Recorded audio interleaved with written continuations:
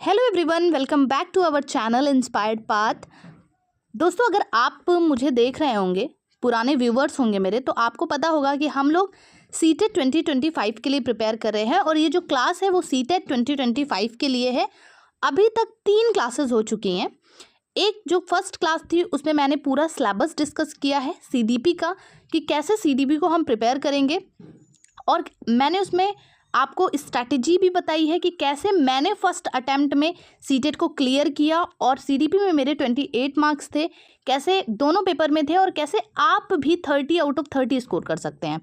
ठीक है, तो 2 क्लासेस ऑलरेडी हो चुकी हैं जिसमें मैंने पूरा सिलेबस डिस्कस कर दिया था, और कल हमने फर्स्ट क्लास ली थी।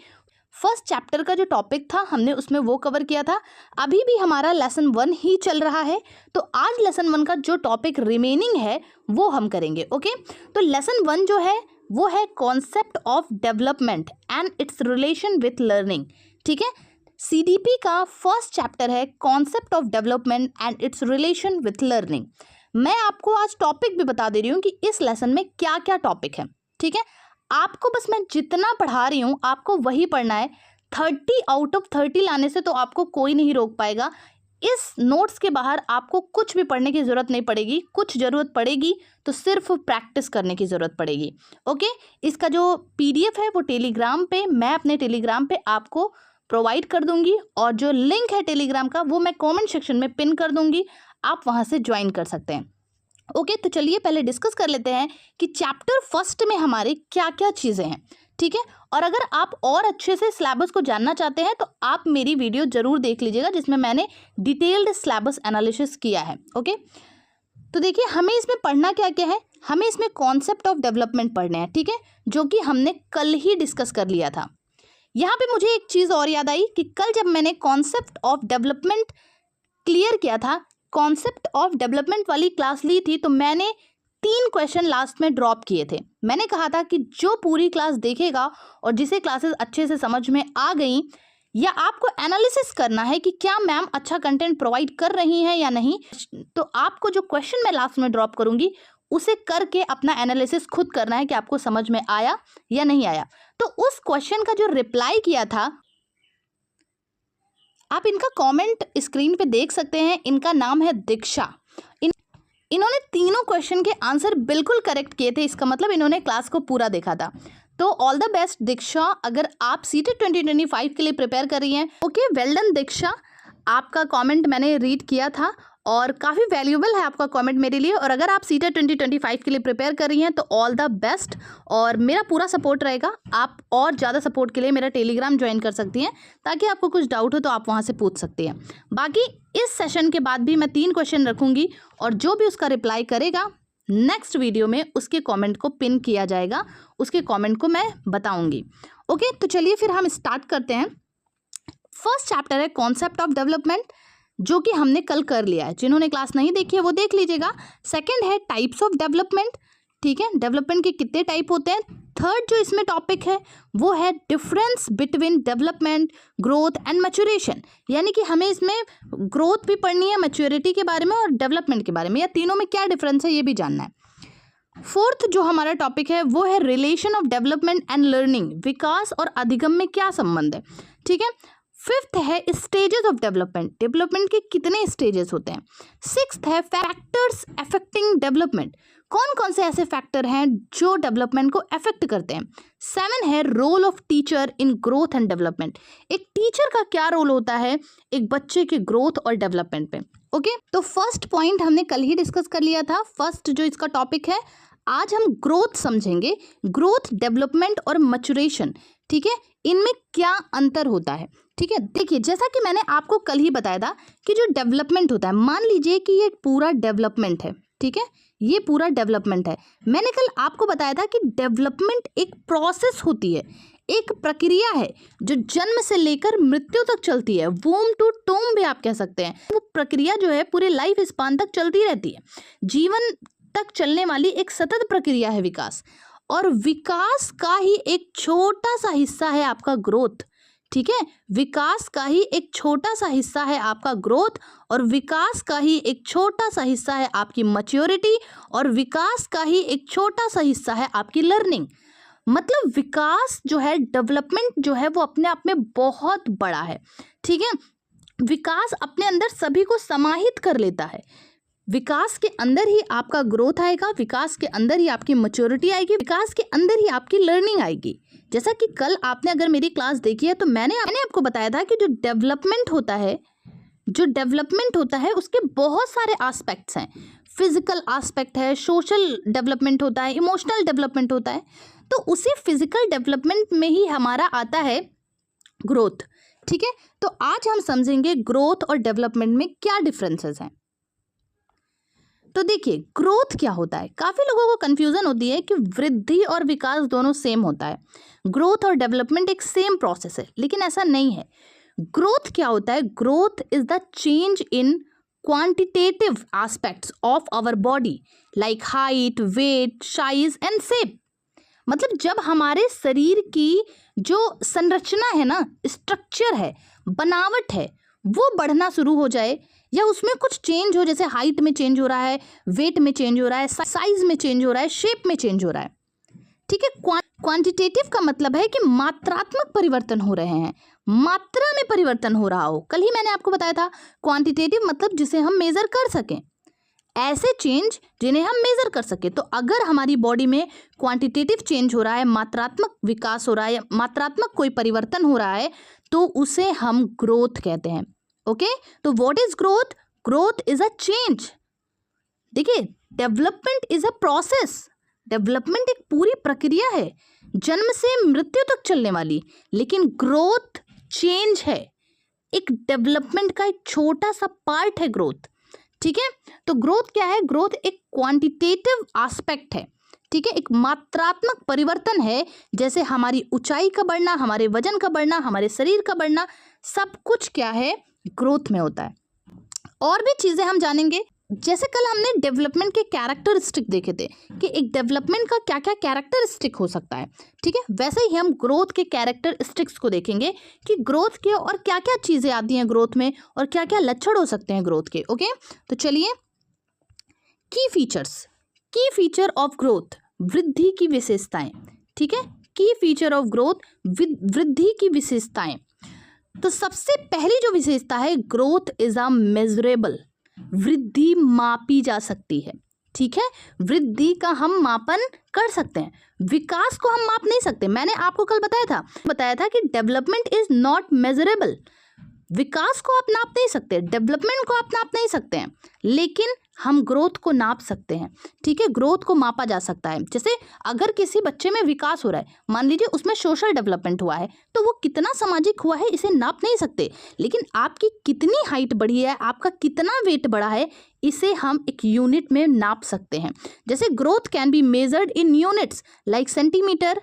ठीक है, हाइट से तो सेंटीमीटर में आपने नाप लिया, किलोग्राम को आपने वेट को किलोग्राम में नाप लिया। ठीक है, तो सबसे पहला जो कैरेक्टर है वो है growth is a measurable. Growth measurable होता है, ग्रोथ को नापा जा सकता है। ओके, और सेकंड हम चलते हैं, सेकंड की फीचर ऑफ ग्रोथ, सेकंड है ग्रोथ इज एक्सटर्नल। वृद्धि बाह्य होती है। ग्रोथ क्या है? एक्सटर्नल फीचर है।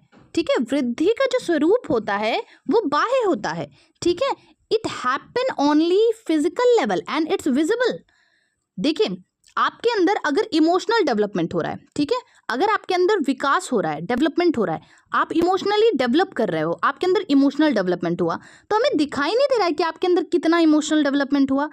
पर अगर किसी बच्चे की हाइट बढ़ रही है, वेट बढ़ रहा है, कंधा चौड़ा हो रहा है, कद बढ़ रहा है, ठीक है, तो वो सारी चीज़ें विजिबल हैं, वो सारी चीज़ें देखी जा सकती हैं। ठीक है, तो it happen on a physical level. ठीक है, तो ग्रोथ क्या होता है? ग्रोथ हमेशा एक्सटर्नल होता है, ग्रोथ को देखा जा सकता है, ग्रोथ विजिबल होता है। जैसा कि यहाँ पे लिखा है कि किसी बच्चे के कंधे चौड़े हो गए और उसका कद बढ़ गया, उसकी हाइट बढ़ गई, तो ये बाहरी वृद्धि है। ठीक है, ये बाहरी, उसका एक्सटर्नल चेंजेस जो हो रहे हैं वो आपके क्या है? ग्रोथ है। ओके, नेक्स्ट हमारा जो है वो है ग्रोथ इज क्वांटिटेटिव। वृद्धि मात्रात्मक होती है। ठीक है, अभी मैंने आपको बताया था, अभी जस्ट हमने ये पॉइंट पढ़ा है, देखिए यहाँ पे आपने पढ़ा है देखिए अभी मैंने आपको डेफिनेशन जब बताई थी तो मैंने आपको बताया था कि ग्रोथ क्या होती है, क्वांटिटेटिव होती है, ठीक है। वही है यहाँ पे भी, वही पॉइंट यहाँ पे लिखा गया है कि ग्रोथ इज क्वांटिटेटिव, वृद्धि मात्रात्मक होती है। मतलब वृद्धि जो होती है उसमें मात्रा में परिवर्तन होता है। मतलब जो वृद्धि है, ठीक है, it show change in number not in quality, ठीक है। इसमें आपका जो चेंज होगा ना संख्या में होगा और माप में होगा, मतलब उसे मापा जा सकता है। क्वांटिटेटिव का मतलब ऐसे बदलाव जिसे हम नाप सकें, माप सकें, ठीक है। तो ग्रोथ क्या होता है, वो क्वांटिटेटिव होता है, ठीक है, मात्रात्मक होता है जिसे हम नाप सकते हैं। अगर जैसे सोहन की लंबाई 120 सेंटीमीटर से 130 सेंटीमीटर हो गई, ये केवल आंकड़ों में परिवर्तन हुआ है, ठीक है, जिसे हम नाप सकते हैं। तो ग्रोथ इज अ क्वांटिटेटिव, ठीक है। नेक्स्ट इसका जो अदर कैरेक्टर है,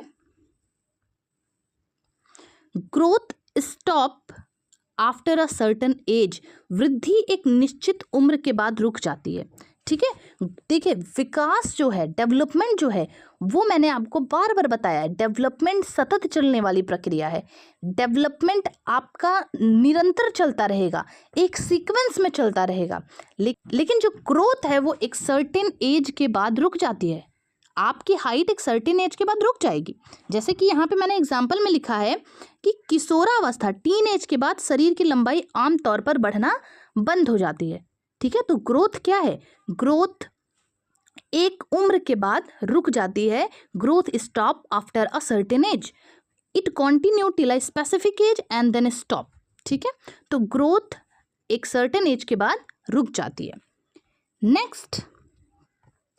नेक्स्ट जो फीचर है वो है growth is a result not a process. Growth एक रिजल्ट है, एक परिणाम है, ग्रोथ कोई प्रक्रिया नहीं है। जैसा कि हमने पढ़ा है कि जो डेवलपमेंट है, जो विकास है, वो एक प्रोसेस है।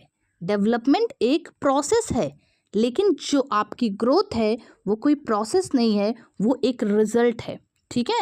When we can see the result like final height, जैसे हमारी हाइट जहाँ तक बढ़नी है वहाँ तक बढ़ गई और उसके बाद रुक गया, वो फाइनल हाइट है आपकी, तो ये रिजल्ट हुआ, ठीक है, कोई प्रोसेस नहीं है, ठीक है। Not how the body achieve it, ठीक है, कैसे अचीव हुआ ये नहीं है, बस फाइनल हाइट जितनी है आपकी वो है, ठीक है।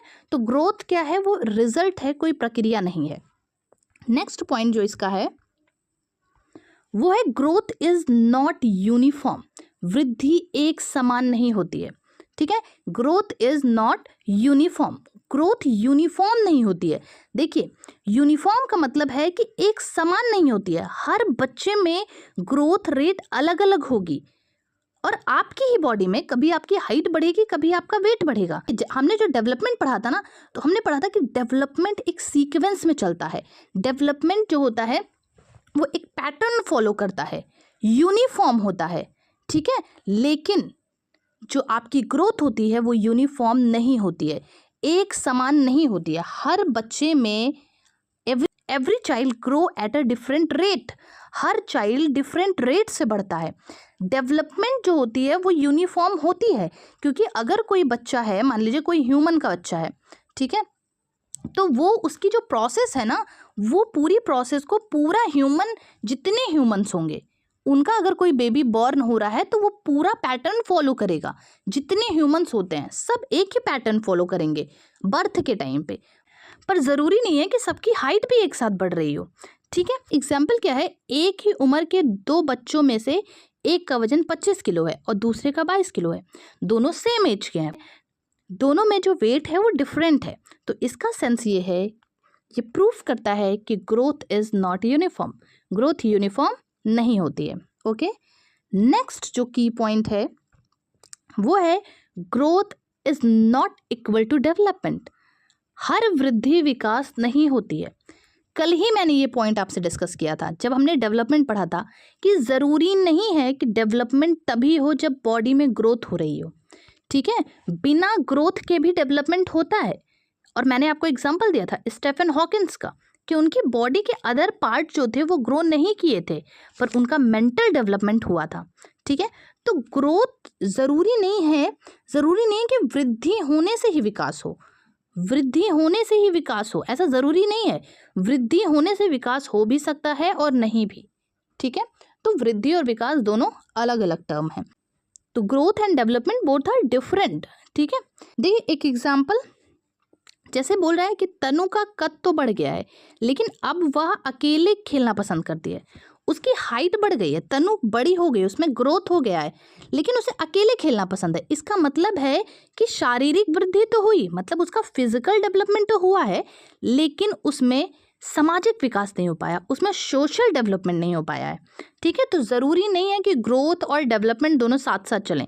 ग्रोथ तो हो गई तनु के शरीर की, लेकिन अगर वो अकेले रहना पसंद करती है, सोशल नहीं होती है, इसका मतलब उसमें सोशल डेवलपमेंट नहीं हुआ है।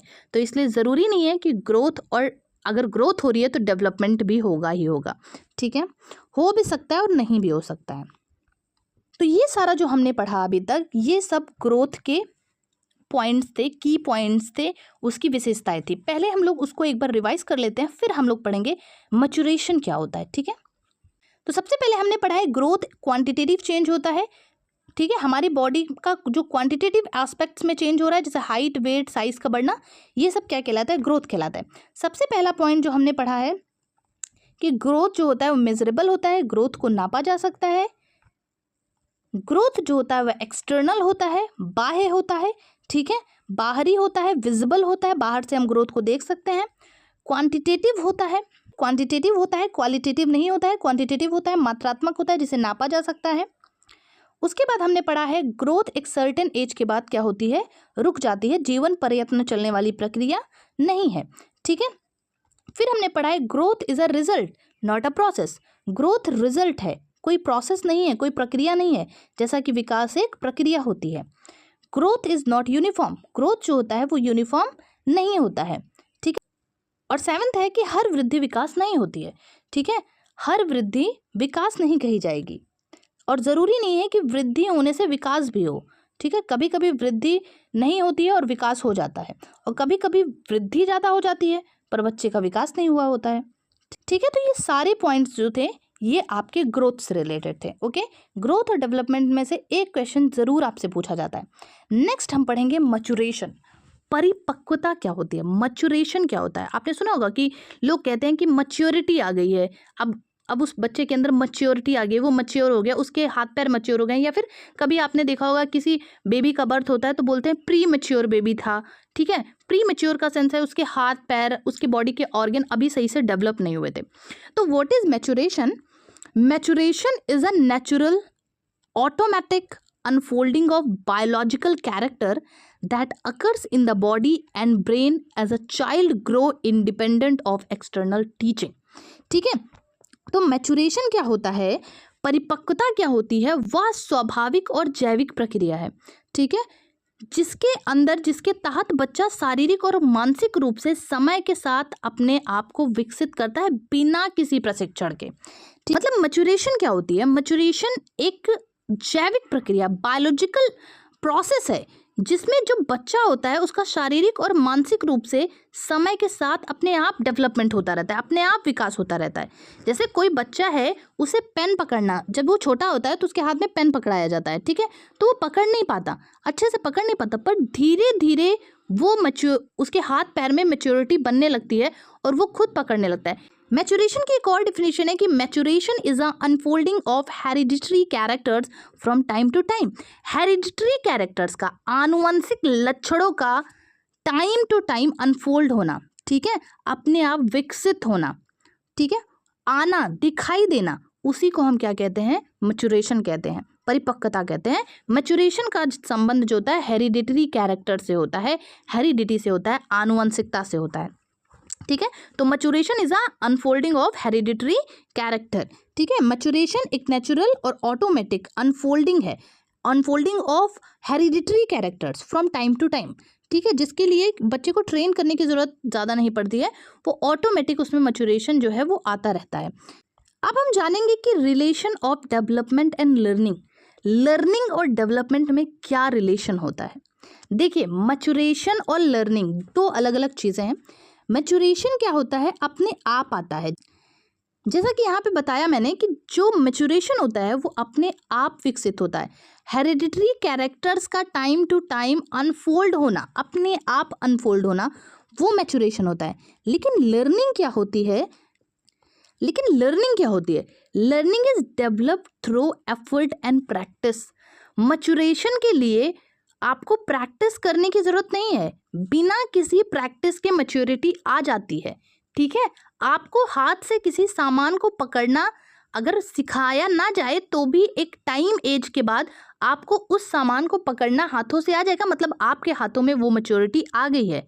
ठीक है, अगर मान लीजिए कोई छोटा सा 2 साल का बच्चा है, आप उसे कैलकुलेशन सिखाएंगे तो उसे नहीं आएगा, पर एक सर्टेन एज के बाद वो उस कैलकुलेशन को सीखने के लिए मैच्योर हो जाएगा। ठीक है, तो मैच्योरेशन क्या होता है, उसमें प्रैक्टिस की जरूरत नहीं पड़ती है। वो हेरिडिटरी कैरेक्टर्स होते हैं, वो हेरिडिटरी कैरेक्टर्स की अनफोल्डिंग होती रहती है धीरे धीरे टाइम टू टाइम। पर जो लर्निंग होती है ना, learning is a development. Learning एक ऐसा डेवलपमेंट होता है जिसमें प्रैक्टिस और एफर्ट की जरूरत होती है। अधिगम वह विकास है या अधिगम वह प्रक्रिया है जो अभ्यास और प्रयास से होती है।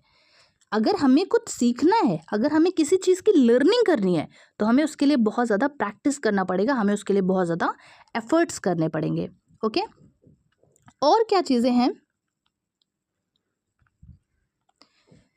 मैच्योरेशन और लर्निंग दोनों जो होते हैं ना, maturation and learning both are essential for development. एक बच्चे के विकास में मैच्योरेशन का और लर्निंग का, परिपक्वता का और अधिगम का, दोनों का इंपॉर्टेंट रोल होता है। देखिए, बच्चा तब तक लिखना नहीं सीख सकता जब तक उसकी उंगलियों की पकड़ विकसित ना हो जाए। मतलब उसकी उंगलियों पे जब तक मैच्योरेशन नहीं आ जाएगा तब तक आप उसे लिखना नहीं सिखा सकते, उसे लर्निंग नहीं सिखा सकते। लिखना सीखना भी तो एक लर्निंग है, तो लर्निंग आप उसे तब तक नहीं सिखा सकते जब तक उसकी उंगलियों की पकड़ ना हो जाए, मतलब उसकी उंगलियां जो हैं वो मैच्योर ना हो जाए। ठीक है, तभी उसमें डेवलपमेंट होगा। जब दोनों चीज़ें मिलेंगी, मैच्योरेशन और लर्निंग दोनों चीज़ें मिलेंगी, तभी तो बच्चे के अंदर कुछ नया डेवलपमेंट होगा। ठीक है, कुछ वो डेवलपमेंट, कुछ उसके अंदर विकास होगा।